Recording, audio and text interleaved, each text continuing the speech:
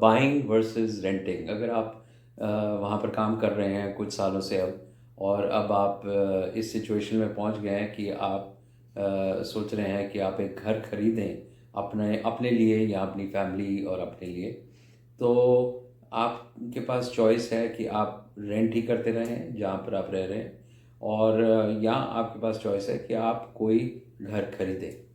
तो मेरा काफ़ी रियल एस्टेट का भी एक्सपीरियंस है अमेरिका में, और इसलिए आई थिंक इस टॉपिक के ऊपर मैं काफ़ी अच्छी एडवाइस दे पाऊँगा। तो नंबर वन जो सिचुएशन है वो है कि रेंटिंग के क्या फ़ायदे और क्या नुकसान हैं। फ़ायदे रेंटिंग के ये हैं कि आपके पास फ्लेक्सिबिलिटी रहती है। ओके, आप जहाँ पर भी, अगर आप स्पेशली अभी नए करियर में हैं और आप हो सकता है कंपनीज अपनी बदलते रहेंगे, तो आप जो है रेंट कर सकते हैं अपनी कंपनी के पास, and being close to your company of course becomes a big advantage. You know, it is easy to go and come, आपकी कम्यूट कम हो जाती है।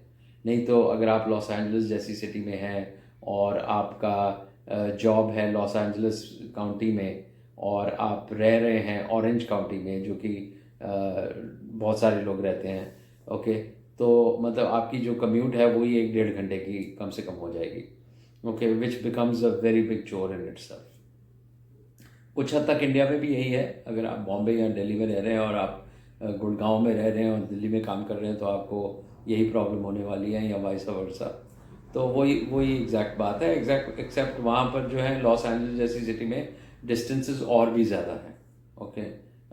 तो इसलिए कम्यूट्स और भी टायरिंग है, और कई जगह पे पब्लिक ट्रांसपोर्टेशन भी बहुत वीक है। इतनी अच्छी मेट्रो सर्विस नहीं है जैसे लॉस एंजल्स में, काफ़ी लिमिटेड है।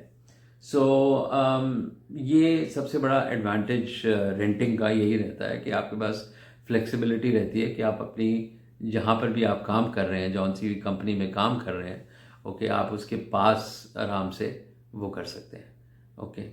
और दूसरा ये है कि रेंटिंग का एडवांटेज ये है कि आप टाइड डाउन नहीं होते, ओके। आप जो है, मतलब एक बार आपने घर खरीद लिया, उसके बाद डेफिनेटली उस घर को मेंटेन करना पड़ता है, और एक लॉन्ग टर्म कमिटमेंट होता है। तो अगर आप इंडिया वापस जाने की सोच रहे हैं या किसी और शहर में जाने की सोच रहे हैं, तो आपको एक बहुत बड़ा चोर हो जाता है, यू नो, उसको करना, मकान को बेचना और ख़रीदना। तो coming to the buying part, then the buying is, you know, has some advantages. Of course सबसे बड़ा एडवांटेज यही है कि आपको अपना एक घर मिल जाता है, आपको एक फीलिंग होती है कि मेरा अपना घर है। दूसरा फाइनेंशियल एडवांटेज है, आपको टैक्स डिडक्शन मिलती है, ओके। अमेरिका में your mortgage interest is tax deductible, as most of you no.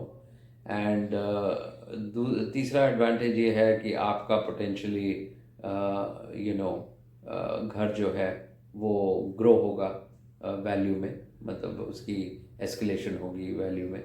तो ऑल्दो डिपेंड करता है वो भी कि कौन सा एरिया है, किस टाइप का घर है। So anyway, buying versus renting is a big issue, and nobody can really say what is right and what is wrong. But overall, most of the Indians end up buying their own house and living in their own house, because of various reasons. And I myself did the same thing. And buying a house, that is another subject, and उसके लिए मैं एक अलग video बनाऊंगा, okay, जिसमें मैं